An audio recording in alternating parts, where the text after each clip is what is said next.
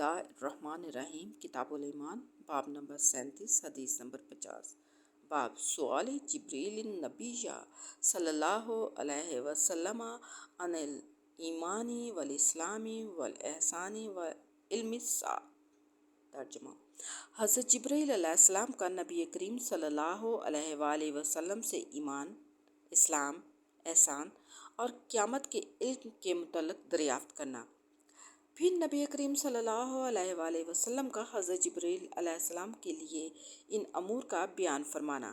پھر آپ صلی اللہ علیہ وآلہ وسلم نے فرمایا، حضرت جبریل علیہ السلام تمہیں تمہارا دین سکھانے کے لیے آئے تھے۔ اس مقام پر آپ نے تمام چیزوں کو دین شمار فرمایا ہے۔ نیز ان باتوں کے بیان میں جو رسول اللہ صلی اللہ علیہ وآلہ وسلم نے وفد عبد القیس کے سامنے بیان فرمائی تھیں، اور ارشاد باری تعالیٰ، جو کوئی اسلام کے علاوہ کوئی دوسرا دین اختیار کرے گا وہ اس سے ہرگز قبول نہیں کیا جائے گا۔ حضرت ابو ہریرہ رضی اللہ عنہ سے روایت ہے، ایک دن نبی کریم صلی اللہ علیہ وآلہ وسلم لوگوں کے سامنے تشریف فرما تھے کہ اچانک ایک شخص آپ کی خدمت میں حاضر ہوا اور پوچھنے لگا کہ ایمان کیا ہے؟ آپ صلی اللہ علیہ وآلہ وسلم نے فرمایا، ایمان یہ ہے کہ تم اللہ پر، اس کے فرشتوں پر، روز حشر اللہ کے حضور پیش ہونے پر، اللہ کے رسولوں پر ایمان لاؤ اور قیامت کا یقین کرو۔ اس نے مزید سوال کیا، اسلام کیا ہے؟ آپ صلی اللہ علیہ وآلہ وسلم نے فرمایا، اسلام یہ ہے کہ تم محض اللہ کی عبادت کرو اور اس کے ساتھ کسی کو شریک نہ بناؤ، اور نماز قائم کرو اور زکوٰۃ فرض ادا کرو اور رمضان کے روزے رکھو۔ پھر اس نے پوچھا، احسان کیا ہے؟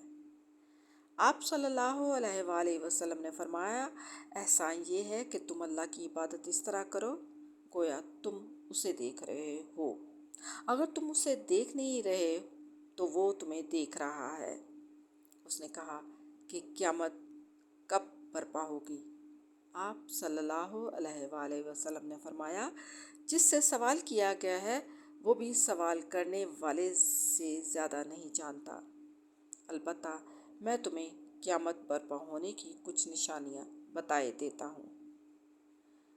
جب لونڈی اپنی مالکہ کو جنے گی، اور جب اونٹوں کے غیر معروف سیاہ فام چرواہے فلک بوس عمارتیں بنانے میں ایک دوسرے پر بازی لے جائیں گے تو قیامت برپا ہوگی۔ دراصل قیامت ان 5 باتوں میں سے ہے جن کو اللہ کے سوا اور کوئی نہیں جانتا۔ پھر آپ نے یہ آیت تلاوت فرمائی، بے شک اللہ ہی کو قیامت کا علم ہے۔ اس کے بعد وہ شخص چلا گیا تو آپ صلی اللہ علیہ وآلہ وسلم نے فرمایا، اسے میرے پاس لاؤ۔ چنانچہ لوگوں نے تلاش کیا لیکن اس کا کوئی سراغ نہیں ملا، تو آپ صلی اللہ علیہ وآلہ وسلم نے فرمایا کہ یہ جبریل علیہ السلام تھے جو لوگوں کو ان کا دین سکھانے آئے تھے۔ ابو عبداللہ امام بخاری رحمہ اللہ نے کہا، نبی کریم صلی اللہ علیہ وآلہ وسلم نے ان تمام چیزوں کو ایمان قرار دیا ہے۔ صحیح البخاری۔